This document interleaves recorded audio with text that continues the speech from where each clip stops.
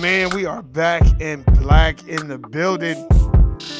Shout out to everybody out there at the Core Plantation, doing what they need to do to survive. You already know I'm gonna give you the list. Shout out to the homegirl Erica. Florida in the building, or Florida. Shawnee in the building. Philly. We see you. Shout out to my brother Dave from No Compromise. Georgia in the building. My brother James Youngblood, Texas in the building. Shout out to the homegirls Tanya in Messiah, Arizona. The homegirls Jerica in Vegas. My siblings in Vegas. Shout out to them. Working, handling business.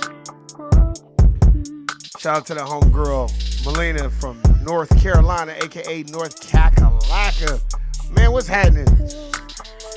Man, we are back. Did Jesus come back? Oh, damn. But anyway, man, oh my God, this weekend. Oh my God. Before we get into the NBA politics with Chris Brown and the NBA, man, me and one of my siblings, my nephew, we traveled to LA. Oh my God.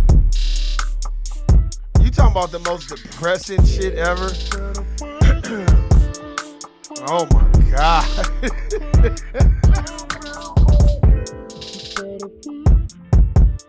Oh my God.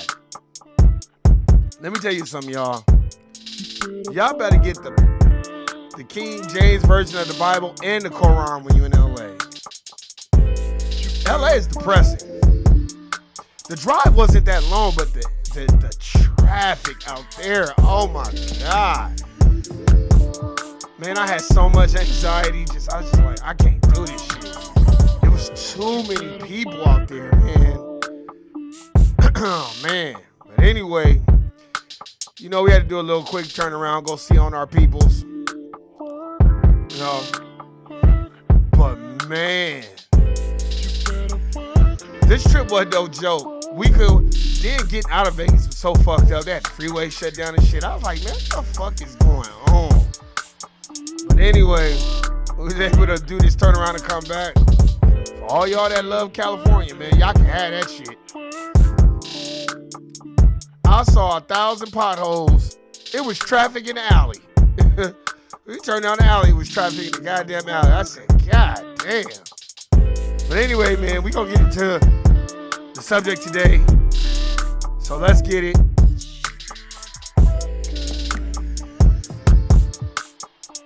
Oh, man.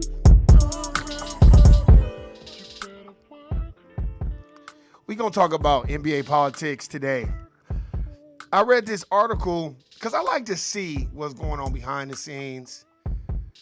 And much love and respect to my brother, Chris Brown. I'm a big Chris Brown fan. I don't have all his albums and shit, but, man, Chris Brown's the shit. I don't know what the fuck y'all niggas talking about. That nigga is cold. So, I seen this thing about, you know, him not being invited to the NBA All-Star. So I'm going to read a little bit of what he posted because, you know, the NBA will do that. Hollywood Insider, US Weekly here. So I'm just going to read this. Let's see. Chris Brown claimed he was uninvited. He was invited and then uninvited to the NBA's All-Star Game weekend. Brown, 34, shared alleged screenshot via Instagram story of emails welcome him to the 2024 All-Star Weekend, where he would have played in the NBA ESPN All-Star Celebrity Game at Indianapolis Lucas Oil Stadium. In his statement, Brown suggested that Ruffles, one of the game's sponsors, took issue with his involvement. I was asked by the NBA to play in the All-Star Game this year, Brown wrote on his Instagram story on Friday, February 16th, only for them to call later and say they couldn't do it because of their sponsors like Ruffles. At this point, I'm sick of people bothering me, and I'm tired of living in the fucking past.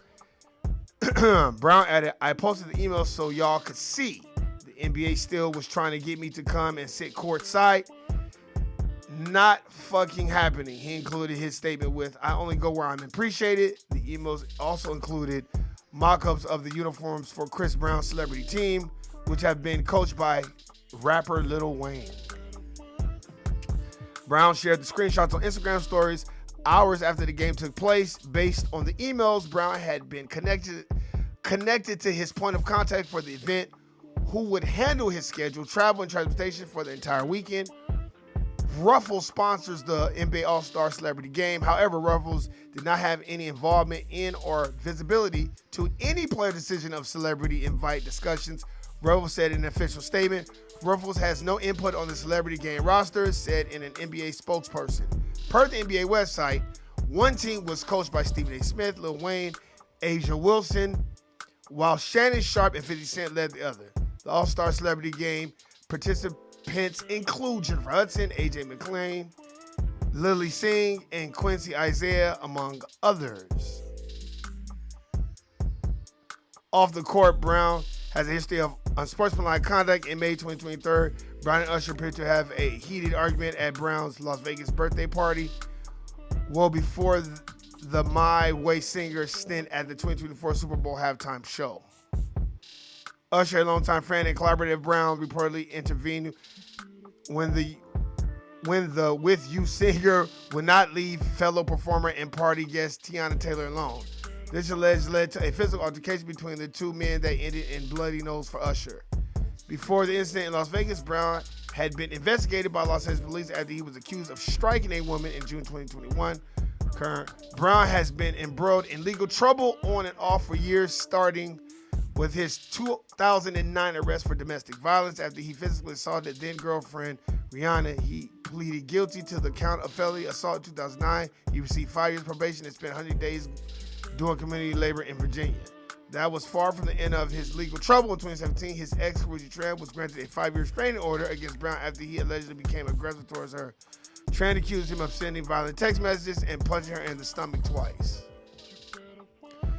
I'm reading these just so y'all can see what they doing to our brother. In 2018, Brown and 2 associates were sued for sexual battery, assault, and intentional infliction of emotional distress after an anonymous woman who claimed she was held down and assaulted in his home during a party. The lawsuit was dismissed and settled out of court in 2020.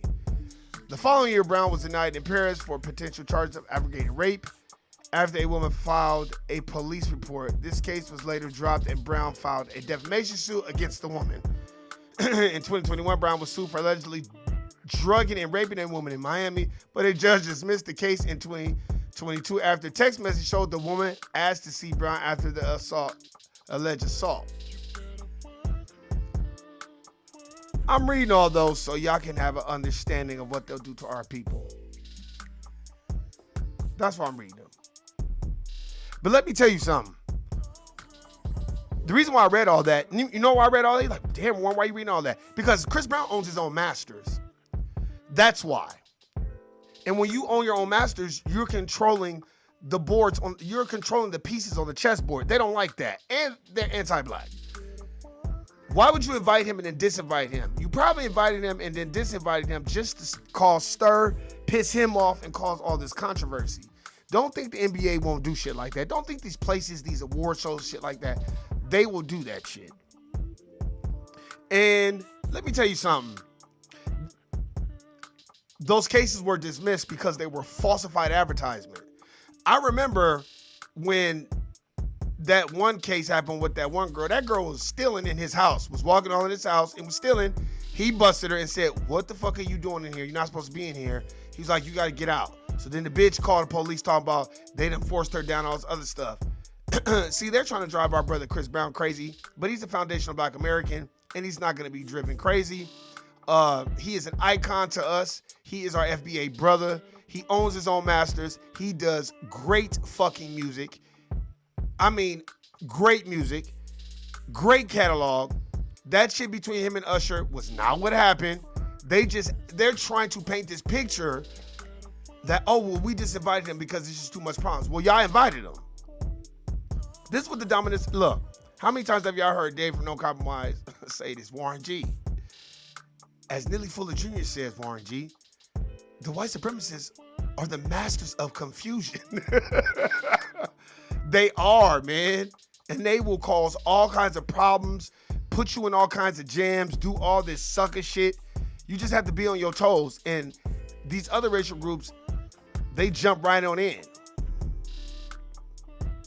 You know, I just been learning lately, like, you know, you just gotta chill, woosah, and go the other way.